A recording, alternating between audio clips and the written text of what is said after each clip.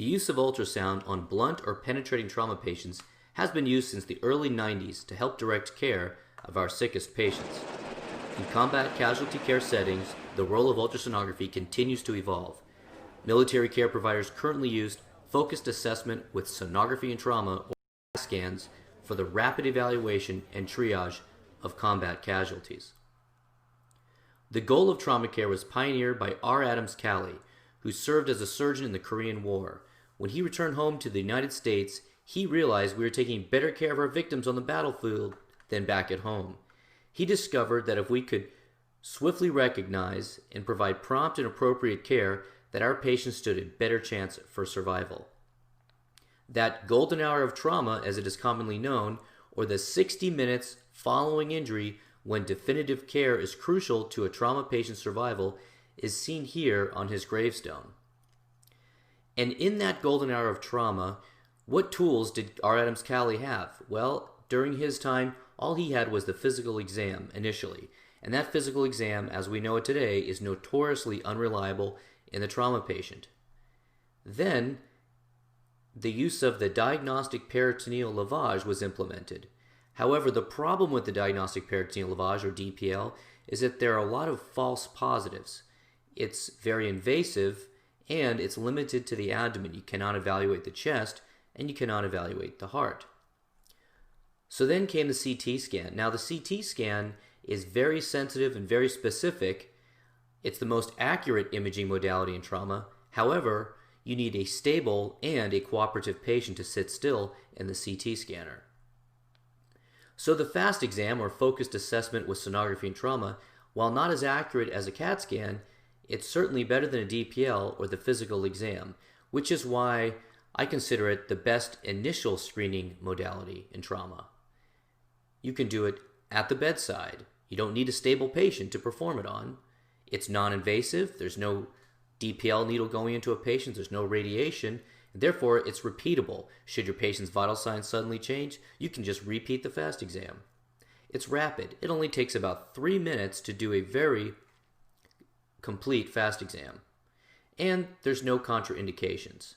Even in a patient who has an obvious need for laparotomy, before they go off to the operating room, it's important to look at their heart and look in their chest to find other abnormalities. The indications to do a FAST exam: blunt or penetrating trauma to the abdomen or the chest. When you have a patient who's pregnant in the trauma bay, now you're really dealing with 2 patients. And anytime your patient suddenly becomes hypotensive. If you have unexplained hypotension, you can use the FAST exam to help guide the next therapy. So it's not just for the abdomen anymore. It used to be called the focused abdominal sonography in trauma, but because we're evaluating other organs and other places in the body, we now call it the focused assessment of sonography in trauma. So we're looking for hemopericardium, hemoperitoneum, and hemothorax. The windows for the FAST exam, well, it starts in the right upper quadrant.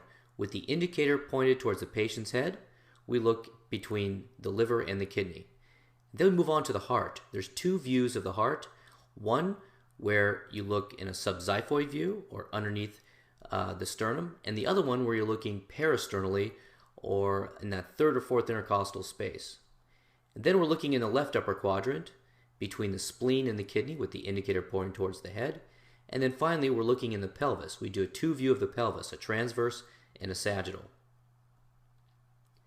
In the right upper quadrant, or hepatorenal window, we're looking in a coronal plane with the indicator towards the patient's head. Now, it's not just a static window, but you really do need to fan anteriorly and posteriorly, getting through all potential windows of that Morrison's pouch. That hepatorenal window, or Morrison's pouch, is the interface of the liver on the kidney. Now, this is the most dependent portion of the peritoneal cavity, and so in a supine patient, this is the most likely site that you will find blood. And again, it's not just a static window. Instead, you're moving from the diaphragm superiorly all the way down through the lower pole of the kidney inferiorly. When that lower pole of the kidney comes halfway down your ultrasound window, now you've got the entire FAST scan of that window. And this is what it looks like when it's positive. We have the liver, we have the kidney, and you can see some anechoic fluid layering out, this sharp angle of fluid here layering out between the liver and the kidney. And that's a positive FAST exam when you see that. Moving on to the heart, the two views of the heart. One is the subxiphoid view. Now the subxiphoid view can be a challenging window to obtain, and what you want to do is start in that right upper quadrant looking at the liver actually, because recall that we're going to be using the liver in order to see the heart. So if the sound isn't first going through the liver, we're not going to be able to see the heart through this subxiphoid window. So in patients who have very small livers, this is a very difficult, if not impossible, window to obtain. You're going to start at that liver edge and follow it up through that subcostal margin, aiming the beam at the chin until you see the heart come onto the screen. And when you do so, it appears as this. You can see a 4-chambered view of the heart. First thing we see is the liver. As I mentioned, the sound first has to go through the liver, then it goes into the right ventricle, and then finally it makes its way posteriorly into the left ventricle. And then the right atrium is seen on the left side of the window, and here is the left atrium. So it's a 4-chambered view. Right atrium, right ventricle, left atrium, left ventricle, and we can see the interventricular septum between here.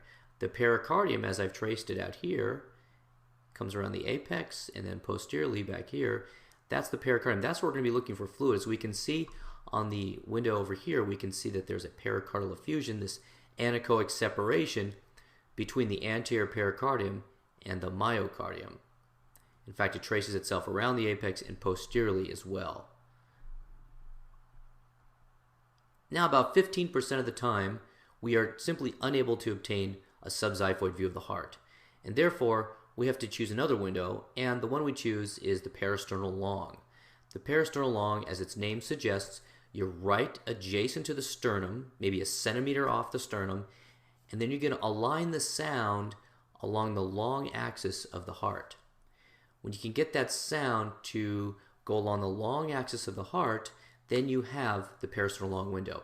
And when we're going from the subxiphoid view to the Parasternal Long view, all we do is simply aim the indicator towards the patient's left elbow.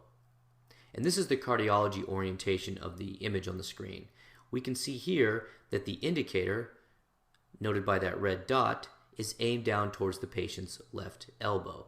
And this will create the image on the screen that is in the cardiology orientation, or so that the apex is over here on this side of the screen. This dot right here corresponds to the indicator, and since we aimed that indicator towards the patient's left elbow, the apex appears on this side of the screen, whereas the great vessels appear on this side of the screen. In fact, this is the left atrium here.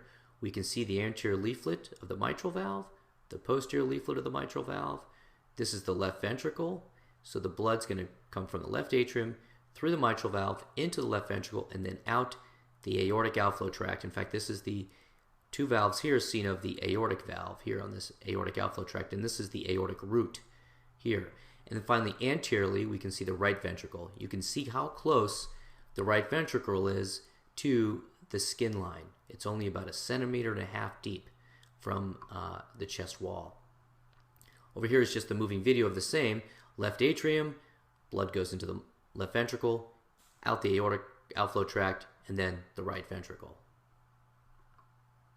Now, moving on to the left upper quadrant, it looks just like the right upper quadrant, except now instead of the liver, we have the spleen. We aim the indicator towards the patient's head, and we obtain this splenorenal view. And the area that we're looking for anechoic fluid to layer out is in between here, the spleen and the kidney.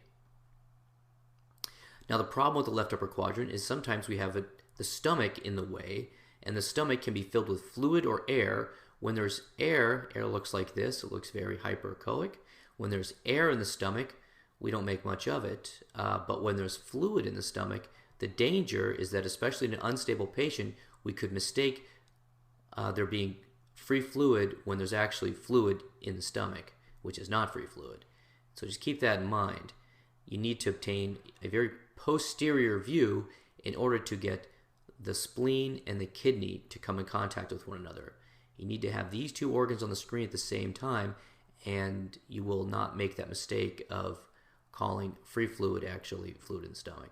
What we're seeing here is a positive left upper quadrant view. This is actual free fluid seen between the spleen and the kidney. And this free fluid, this anechoic wedge of fluid here, is seen between these two organs and not in the stomach. Because I see both these organs on the screen, I know that I've obtained this correct window. And then finally move on to the suprapubic view. The first window we do is a sagittal view, where we have the indicator aimed towards the patient's head just above this pubic symphysis, and we're going to fan side to side through that bladder window looking for any anechoic wedges of free fluid that may be posterior to or adjacent to the bladder. Here's what it looks like in the female pelvis. We see the bladder. Over here, this bladder is relatively empty. As this bladder fills, it will push the fundus of the uterus this way. This is the vaginal stripe. This line down here is seen as the vaginal stripe. This is the cervix over here, and then this anteverted uterus wraps itself anteriorly. So fluid can accumulate between the uterus and the bladder, or the anterior cul-de-sac, or fluid can accumulate posteriorly, this recto-uterine pouch, or pouch of Douglas back here.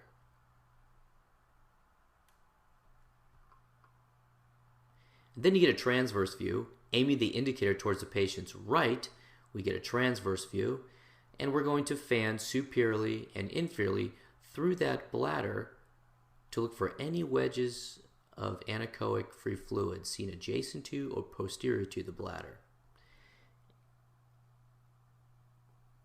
This is an example here of a full bladder, and adjacent to this bladder is this anechoic wedge of free fluid. We see it right next to the bladder here. And that anechoic wedge of free fluid is seen adjacent to our nice full bladder. We can make it out very well. There's some loops of bowel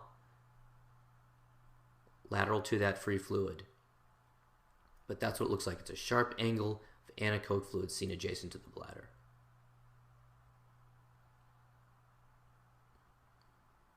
This is an example here, fanning through the bladder.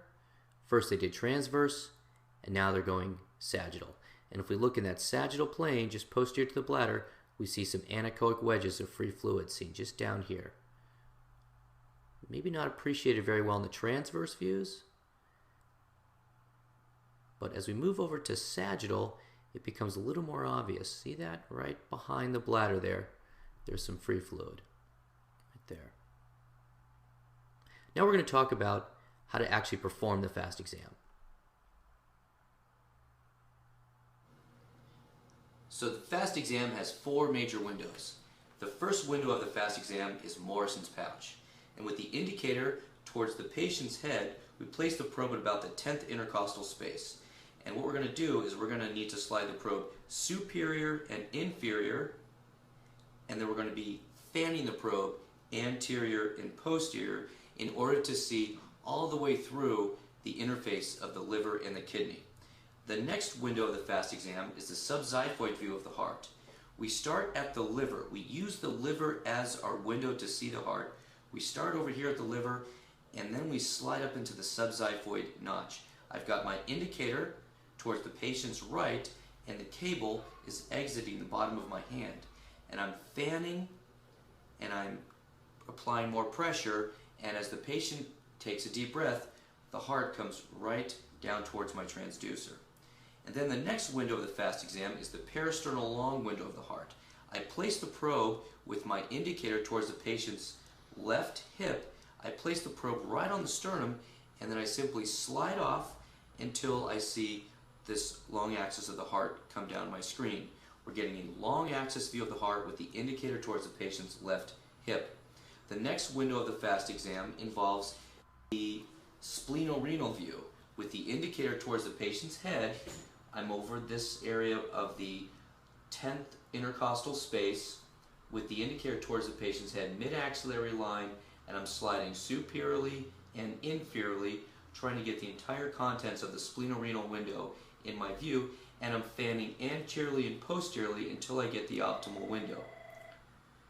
Recall that the stomach lies anterior to the spleen, so if I fan too far anteriorly, I'm going to have that stomach in my view, and I really may need to fan more posteriorly, sometimes sliding the probe posteriorly. And the final window of the FAST exam is the suprapubic window.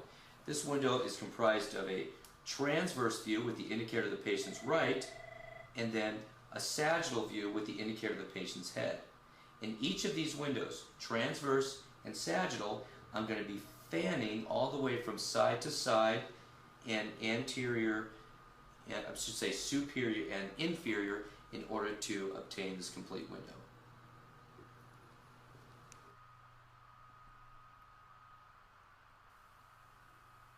Now, in order to rule out a hemothorax, what we need to do is look above the diaphragm. You see, as the sound comes through the liver and encounters the diaphragm, in somebody who has a chest that has no fluid in it, then what happens is the sound traverses along the diaphragm and eventually makes its way back to the probe.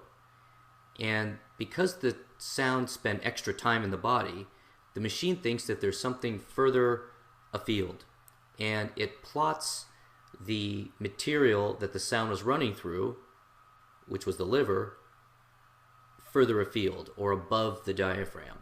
And we have this mirror image of the liver here seen above the diaphragm. Now, if there's fluid in the chest, we would lose that mirror image, and instead we would see anechoic material here.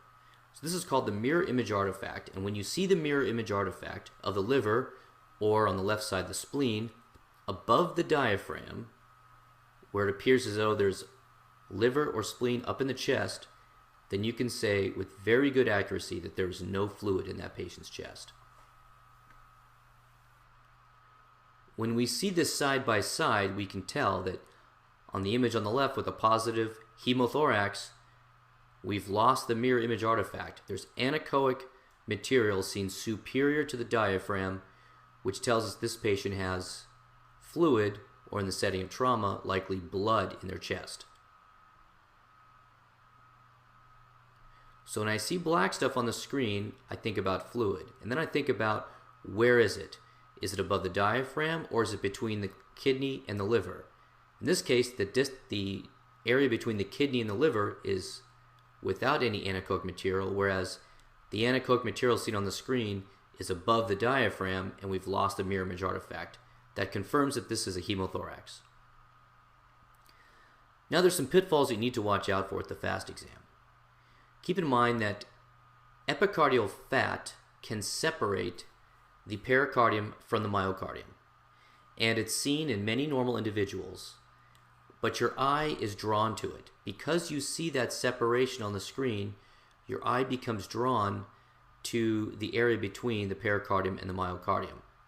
But just keep in mind that a pericardial effusion or hemopericardium should appear anechoic or jet black, whereas epicardial fat is heteroechoic and is tacked down to the heart, so it moves with the heart as the heart is beating.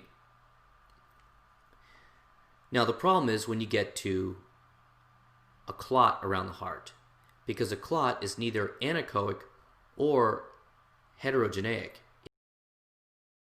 Completely isoechoic, or it's the same echogenicity as the liver, you could think, or as the thyroid. It's got this very fine isoechoic texture to it. This is what a clot looks like.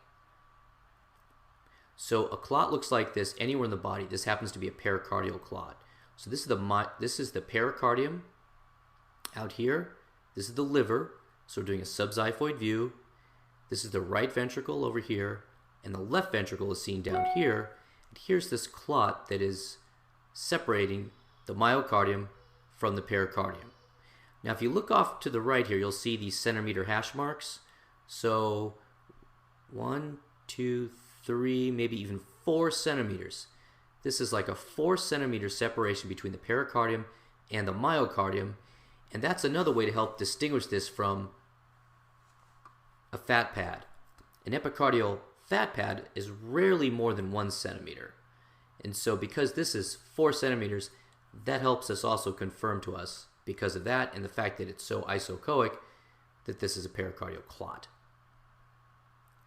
The other pitfall I briefly mentioned was that there could be fluid in the stomach, and you could mistake that as free fluid. Here's an example of fluid seen down here in the stomach.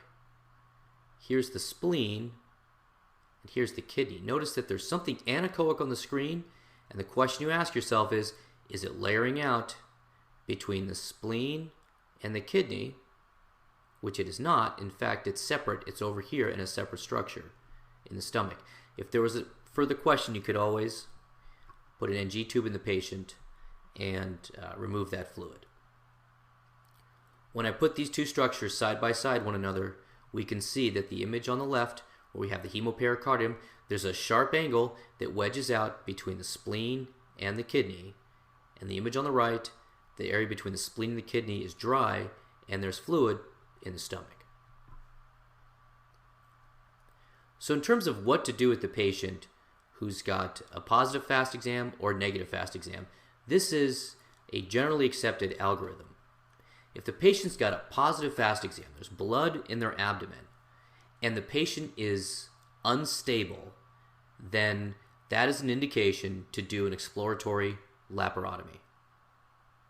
If the patient has a positive FAST exam but they're stable, then you can get them to CT scan. It's important to quickly move them to CT scan because this may be your only window of stability in which to do that. Now, if the patient has a negative FAST exam and they're stable, then most of the time they get a CT scan.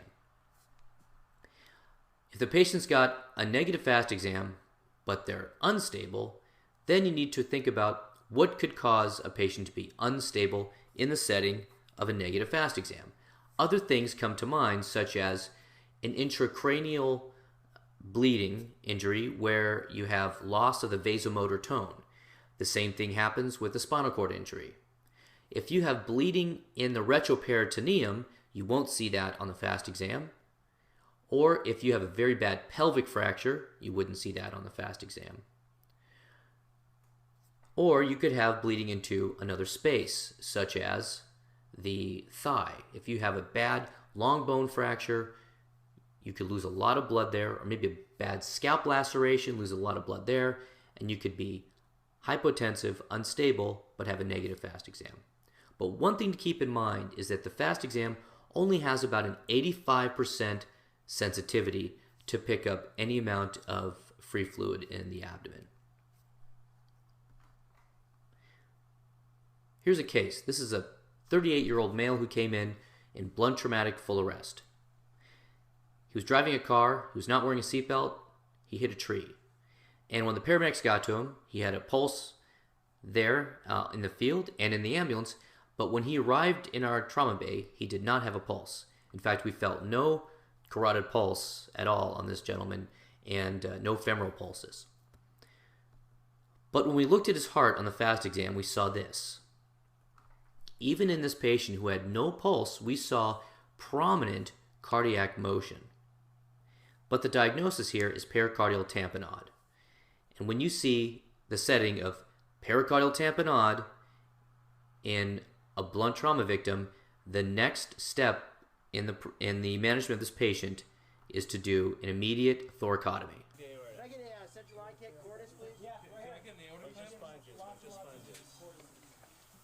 Despite presenting with blunt traumatic full arrest, we realized this patient had pericardial tamponade on the ultrasound. We did a bedside thoracotomy, and this patient survived to discharge. Here's a 37-year-old male who was stabbed in the left chest. We can see the stab wound over there by his left nipple. As opposed to the previous patient, this guy actually looked very stable. He had no past medical history. He was alert and oriented, really no acute distress. His vital signs didn't look too bad. He did have some JVD, but otherwise, his lungs were clear. I could hear his heart very well. And so Beck's triad, or JVD, muffled heart tones, and hypotension, was not present in this patient who was stabbed in his left chest. But we did a FAST exam on him, even though he looked very stable. And when we're looking at his heart and the parasternal long axis, we actually saw that this gentleman had a prominent pericardial effusion wrapping all the way around his heart. This is seen anteriorly, and this is posteriorly. This is in the parasternal long axis. With our indicator towards his left elbow, we can see the apex of the heart. This is his left ventricle here. We see the left atrium here, his aortic outflow tract. Now this is where his right ventricle is. It's very small here because he has a large pericardial effusion that is reducing the ability for blood to enter into his right ventricle. That's why we see a very small right ventricle here. Even with stable vital signs, someone can have a large pericardial effusion, and this is another indication in the setting of trauma to do a thoracotomy. Here's a 17-year-old male who came in with auto versus pedestrian, and we're doing the suprapubic window here, and we can see that adjacent to his bladder there is free fluid. So we call this free fluid in the suprapubic window, right adjacent to his bladder. Now I mentioned that Morrison's pouch is the most dependent portion of the peritoneal cavity, but it also depends how a patient was sitting or lying before the paramedics got there. And so in this case, this patient was sitting in an upright position for quite some time. Then the paramedics, the fire department, extricated him. They brought him to the trauma bay, where he had a significant amount of free fluid adjacent to his bladder. And his Morrison's pouch was actually negative. To increase the sensitivity of the FAST exam, you can put the patient into Trendelenburg, and that will help get some of this fluid up into Morrison's pouch where it's easier to see. We're lucky in this case that we can see it prominently, but if it was a smaller amount of free fluid with all these loops of bowel here, it may be difficult to pick out the free fluid, which is why I'm a favor of that Trendelenburg move. Here's a 28-year-old male who was stabbed multiple times in the chest and abdomen, and we're doing our FAST exam. This is the right upper quadrant view. We can see the liver here. I don't see the kidney anywhere on the screen, but I do see some anechoic material. So right off the bat, I see some anechoic fluid on the right side. I'm looking, this is all the diaphragm here. It's above the diaphragm, it's superior to the diaphragm, therefore this is in the chest. I've lost that mirror image artifact, and this is what a hemothorax looks like. To continue this window, I'd want to come down and see the interface of the liver on the kidney, but just in this particular window here, I can confirm the diagnosis of a hemothorax. This is a 56-year-old male who fell 25 feet, and we're doing the suprapubic window. First think is the bladder here actually is not the bladder. This is just a lot of free fluid. In fact, I don't see his bladder anywhere. We went to put a Foley in him, and blood came out of the Foley catheter, and we later found out he had a ruptured bladder. But these are all loops of bowel here sitting in this free fluid in his pelvis. So this is free fluid seen in the suprapubic window, though no bladder is seen.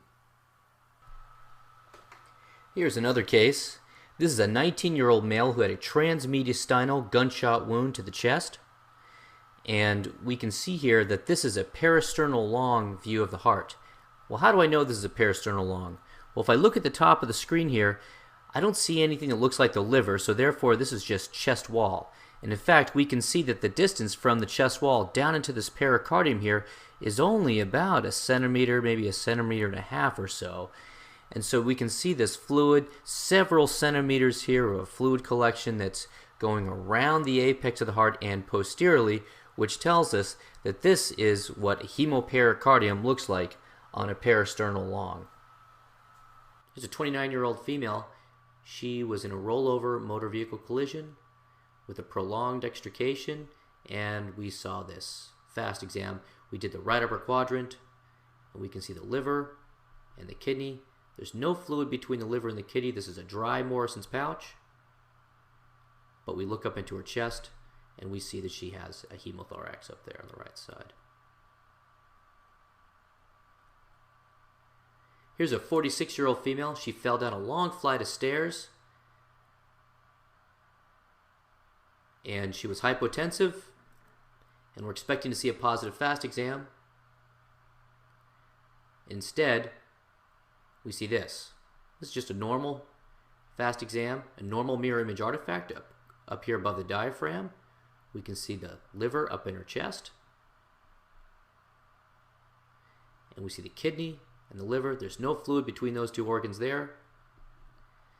And the reason for her hypotension, we found out later, was that she had a spinal cord injury. Here's a 29-year-old female. She was a passenger. She was T-boned on her side at about 30 miles per hour. And what we see here is the spleen. We see the kidney down here.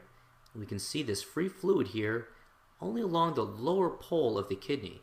So if I was only focused up here on that upper pole, mid pole of the kidney, I could potentially have missed this free fluid that was hiding more inferiorly. That's why I say it's important to obtain a full window, whether you're looking at the right upper quadrant or left upper quadrant. You get as far as north as the diaphragm, and you come all the way down south to the lower pole of the kidney. When that lower pole of the kidney comes halfway down your ultrasound screen, then you've completed that window.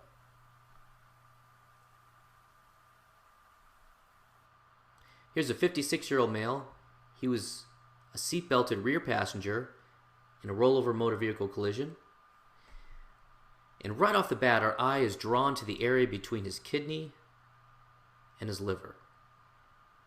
And we see this hyperechoic area here. It's heterogenic, it's hyperechoic, and that's simply a perinephric fat pad. We see them all the time on normal individuals, and there's no clinical significance of it whatsoever, but your eye is drawn to it. But remember, it's not anechoic, it's not free fluid, it's hyperechoic, it's heterogenic, it's fat. Here's a 29-year-old male. He was auto versus pedestrian. We can see his bladder here, prostate back here, and as we go through this transverse window, don't see any free fluid yet. Up, and then I come down inferiorly enough, and there's that fluid hiding just posterior to his bladder. Back here. So we see bladder, free fluid, and this is prostate seen back here behind the bladder.